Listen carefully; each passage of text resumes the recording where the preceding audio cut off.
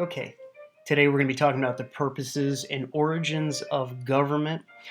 So the purpose of these videos are to just give you a quick, around 5 minute or so summary of what we would have talked about in the particular lesson that we'd be covering that day in class, whether you missed it, you need to review it, or whether you just came across the topic and are interested in it. So this is, again, Chapter 1, Lesson 1, United States Government, Our Democracy. Textbook is a McGraw-Hill 2018 publication, and we're looking at pages 7 through 11. So a question we need to ask is, what is government and what are its basic functions?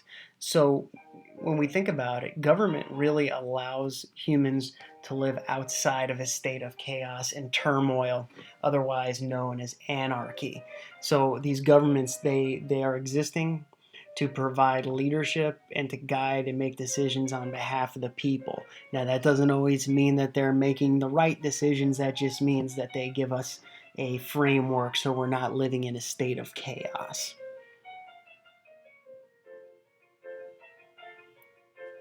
What does government do? Well, that's kind of a loaded question, and there are several major features of what government does. Maintaining social order, so that could otherwise be known as domestic security. Providing public services, providing national security, and then making economic decisions.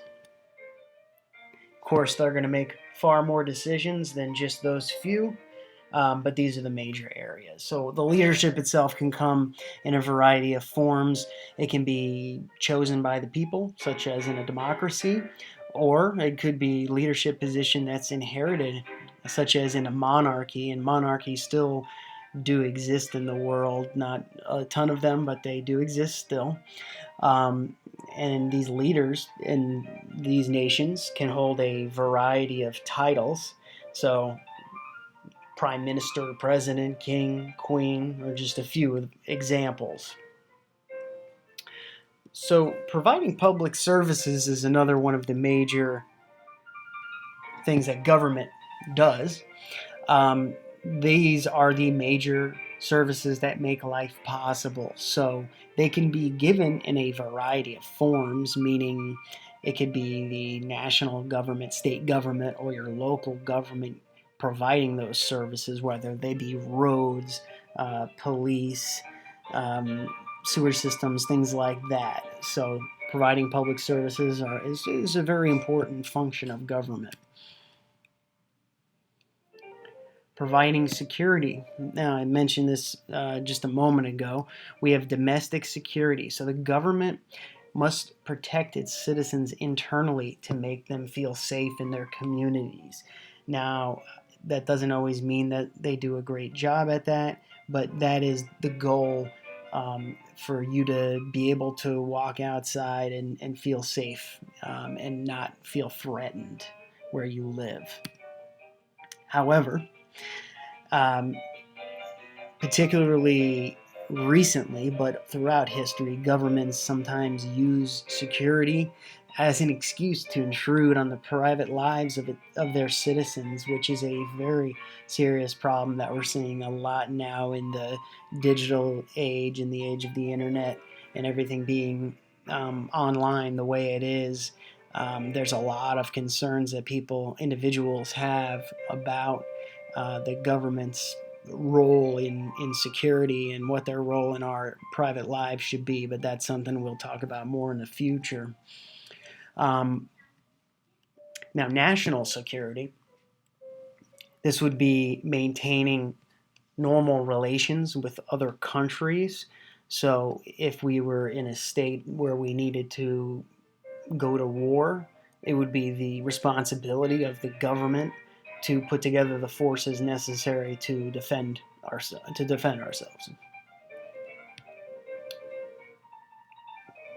Economic decisions. So there's no nation provides every single thing to their citizens. Now, you could look around the world and different countries provide different levels of services to their citizens. So those can vary greatly.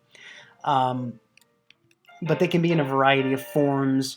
It could be healthcare. Think about Medicare in the United States, Medicaid. So those are programs to help the elderly in healthcare or to help the economically disadvantaged. Pension systems, think about Social Security, food stamps. Those are all economic decisions and parts that or roles that the government plays in the economy. Some others that they can also provide, other services or other roles that they provide, are to establish currency. Could be to provide loans through a central bank or regulate financial services sectors. Okay, so what is the difference between a nation, state, and country? Because all of those can sound very similar. So they'll share some essential features. So population. A state needs to have people to govern. Territory. They have established boundaries that the rest of the world recognizes. So these would be boundaries that pretty much the majority of the world would agree upon for a particular territory. Sovereignty. The state needs to have a leader that is an absolute authority. States can't exist with multiple governments that are claiming authority over one another. That does not lead to a sovereign state. That leads to anarchy. And government, in some ways, will maintain social order and provide those public services, as we talked about just a minute ago. So, nations, states, countries, a nation, any sizable group of people united by common bonds of race, language, custom, tradition, and sometimes religion. Now keep in mind, as time progresses, this is increasingly changing. As people are migrating throughout the world and populations are mixing together, we are becoming a more multicultural society overall. Now, a state. It identifies a political community that occupies a definite territory and has an organized government with the authority to enforce the law of the land. Now, country.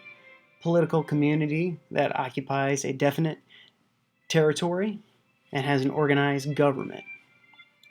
So in order, and this is just kind of a review almost, in order for a government to properly function, it must have sovereignty over its territories. So this means that the state is the absolute authority within those borders.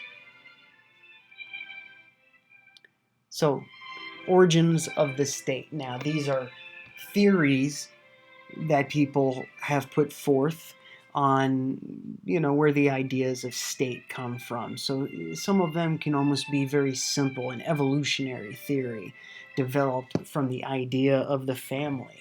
So this is best seen in countries that are monarchies, where you have a leader, a parent, whether king or queen, who dies, passes away, and then gives their title to usually their children.